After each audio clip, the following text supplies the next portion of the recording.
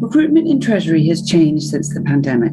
Working from home is now a prerequisite for many candidates, and companies able to offer full remote working have a competitive edge in today's struggle for talent. However, candidates exaggerating their salary requirements will lose out on opportunities. Movement across senior Treasury positions is still slow, and tech and AI skills are increasingly essential. So says recruitment expert Mike Richards, founder and CEO of Treasury Recruitment Company, a specialist consultancy providing Treasury expertise at all levels from analyst to group treasurer, speaking in a recent conversation with me, Sarah Rundell from Treasury Today Group. My name is Mike Richards and I run the Treasury Recruitment Company. When you're looking at the market and chatting to your treasurers, what are you hearing about the current recruitment market? Is Treasury struggling to recruit? Treasury is struggling to recruit because I think the way that work has evolved, it was March or February 2 or 3 years ago, now 2 years ago, whatever. And it was, February, everyone was in the office, everyone was working there.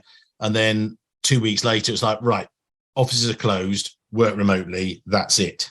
And that was it. People were then having to work remotely 100% of the time. And it's been a real transition for people. Now, as we come out of it, not only have treasuries survived, but many of them have thrived and actually come out the other side stronger. And they've proved that they don't need to be in the office to be successful.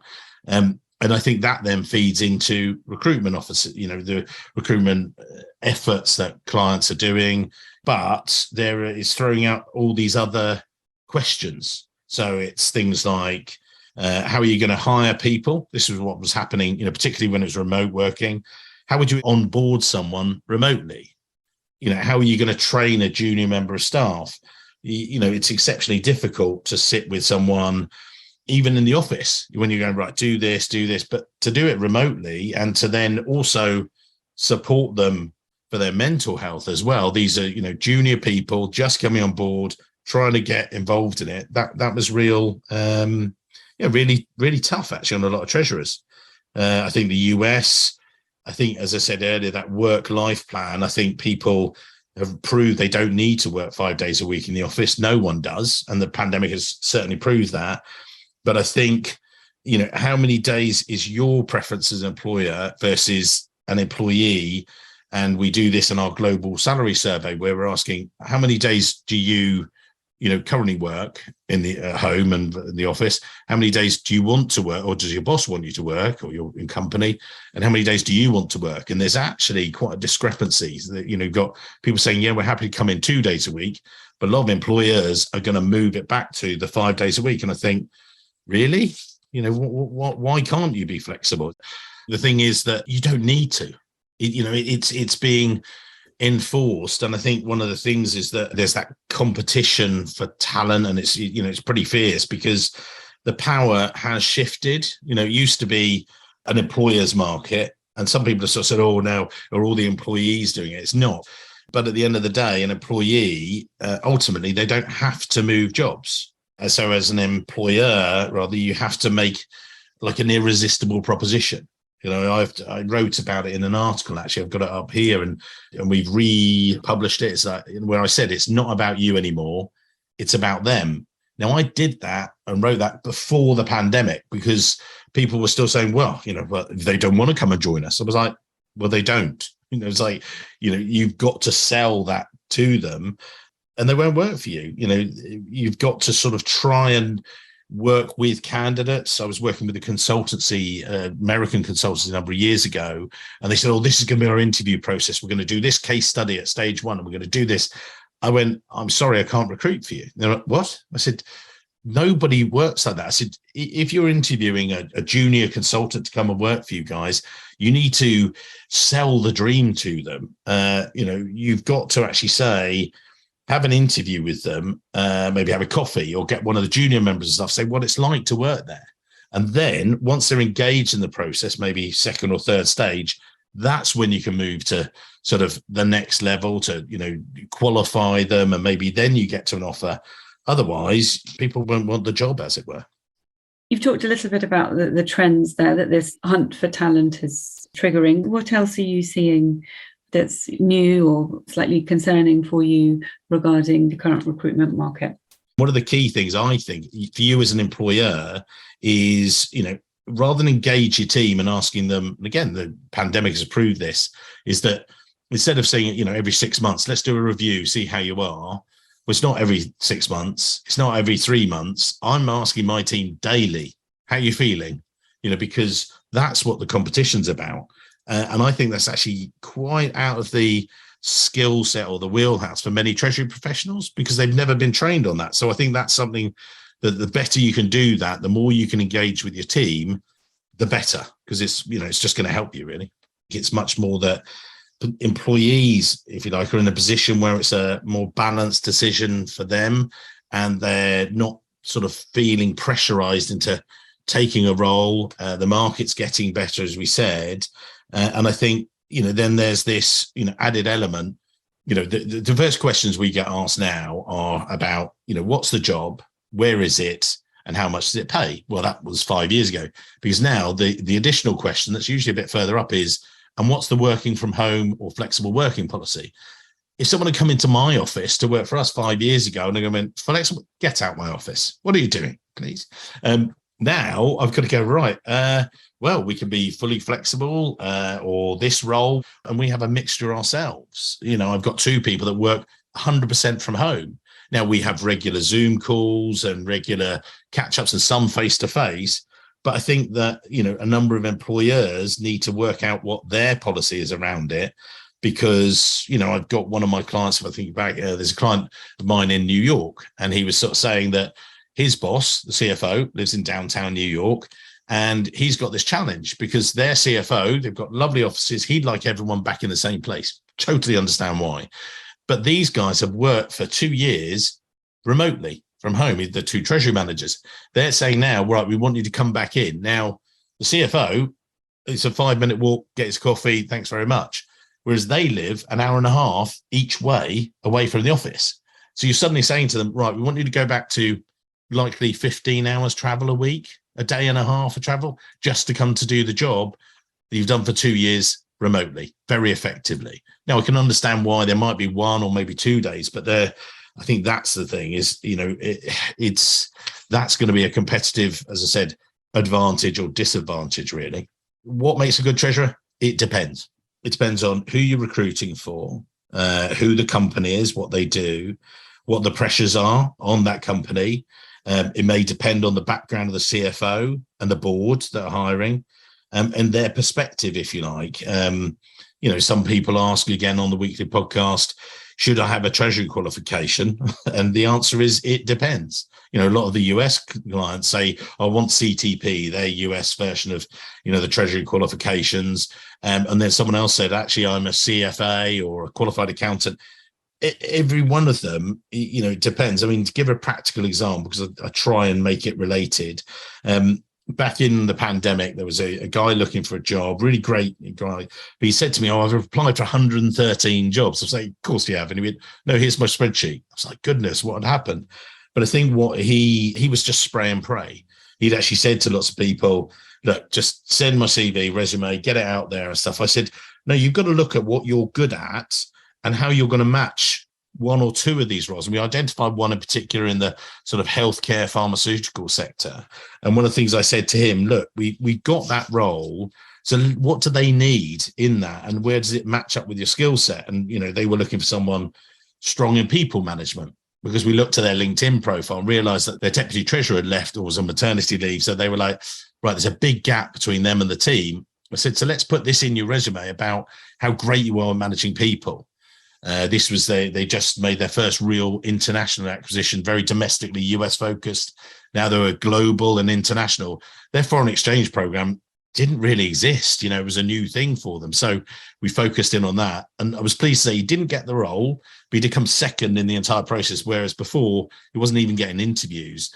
And it was because, it's that targeted, as Jim Collins said before, it's, fire bullets, not cannonballs, where you're just actually targeting your job search. And I think that's also when you're recruiting, treasurers and things, we help a lot of our clients work on what the job description is, and someone was saying this to me, it's about the job. I said, it's not actually about the job description. What? I said, it's that, and also a person specification.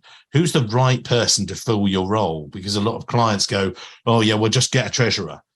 And just on that point, you were talking about that candidate. Are you seeing enough people apply for Treasury jobs? Is Treasury getting better known as a career path? Yeah, I think it is. Where do you go from some of the roles? I think in the past there had been too much specialism, if you like, and not broad enough talking to the business. I think that's what I've seen.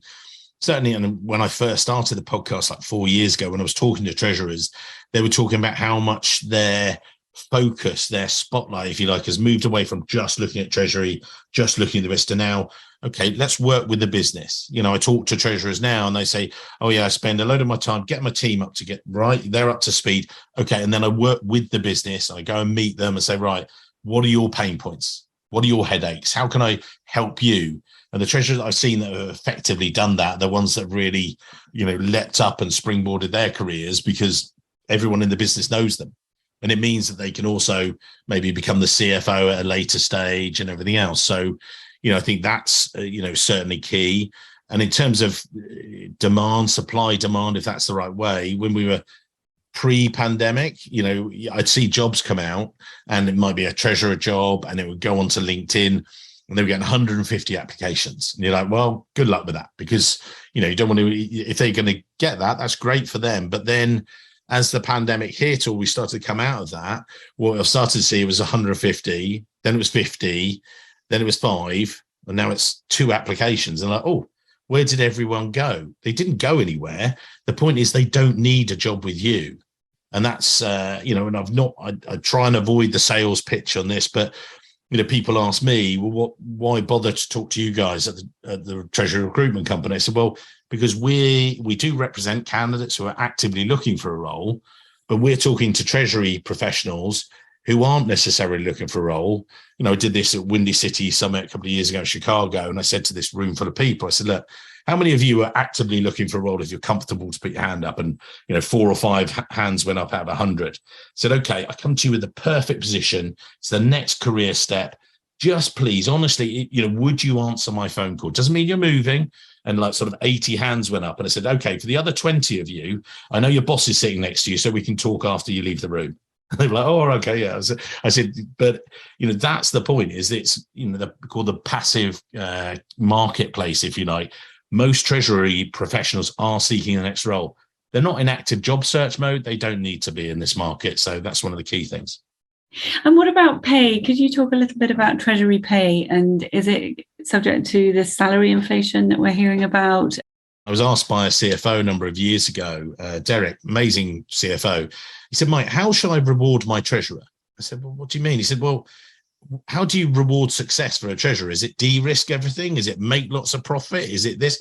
And the answer was, Derek, I said, I don't know. And he said, oh, well, I said, no, it's got to be, an amalgam of what, you as a company value. Is it de-risking a balance sheet at the utmost and getting rid of everything and all the risks? Or is it taking certain positions and everything else? I said, again, going back to my earlier answer, it depends on what you are as a company. In more general terms, salaries are rising rapidly. There was obviously a pause, if you like, during pandemic. But now as you come out of it, we've got inflation globally, if you like, in many different markets. So it's an interesting one. I think we see greater acceleration. We do our global salary survey at treasurysalary.com. I know you guys have very kindly featured it before and hopefully feature again. We run that now on more or less a quarterly, a half yearly basis. Someone said, oh, when does it stop? When do you do it? We never stops. It constantly rolls. We constantly update the results. So, it's constantly up to date, because the market is rapidly changing. But I think, junior treasury professionals at the analyst manager level, they're able to really, hike up their salaries because they're in high demand. So it's supply and demand. But then actually, once you get to a certain level, there's sort of a glut, if you like. There's quite a lot of, treasury professionals at the mid to higher level. There are 100 FTSE 100 treasurer jobs. And a lot of those guys aren't moving. And guys and girls, they're saying, no, I don't need to move. So there's a bit of a logjam there. And, if I put a, senior treasurer position out, I get an influx of response, some very, very good people, but you'll have 10 really great people, all frustrated, 9 of them going, oh, I'm not going to get this. So that's where there can sometimes be a little bit pushback on salary, although in the current market, I have seen it really improve. Salaries are getting a lot better. It's like different in the US because great example, you're not allowed to ask someone their salary in the US. Also, you're allowed to ask what their salary expectation is, but not what their salary is. So it's to redress the gender imbalance. And I think that's a great thing to do. But I do think that sometimes it's a little bit of it's a challenging situation because I was recruiting end of last year in Texas, brilliant guy. And I actually knew his salary, which was quite frustrating because I said, oh, what's your salary expected? $150,000. It was a big, big step up, about 40% increase on what he was on. And I said, oh, look, do you want me to go to the client with this? Yes, I want you to. I said, well, okay, I tried to manage his expectation. No, please go to them with it. Went to them. They said, no, we're not going to proceed with him. And then he came back, oh, actually, I'll take 130. Can you go back? And I went, well, I can. Went back to the client. And sure enough, they went, well, no, we don't want to proceed with him. We feel that he's not been dishonest, but we feel he's oversold himself. And he was the lead candidate. They went, no, we're not going to proceed with him. He was really gutted. Oh, I said, I think there needs to be a balance. And it was very difficult because of the challenge because I knew his salary, if you like. So I was like, oh, okay. So yeah, that's one of the key things really. And just any last final thoughts? So I think one thing that I've heard, before the past few years, but just more generally in Treasury terms is whether AI, RPA, robots, are they going to replace us in Treasury? They're not. What they have done is taken over many more of the routine roles and routine jobs, if you like. And the more that people have used that, one of my junior candidates, he decided to study Python programming because he said, oh, I can use it in my day-to-day role. And it was buried at the bottom of his CV. I went, whoa, that's coming to the top. He said, why? I said, you use this because it was boring, mundane, routine stuff, and you actually wanted to use this. Yeah. I said, well, let's get it up there. And literally within minutes, he was hired. Mike, thank you so much for such fascinating insights.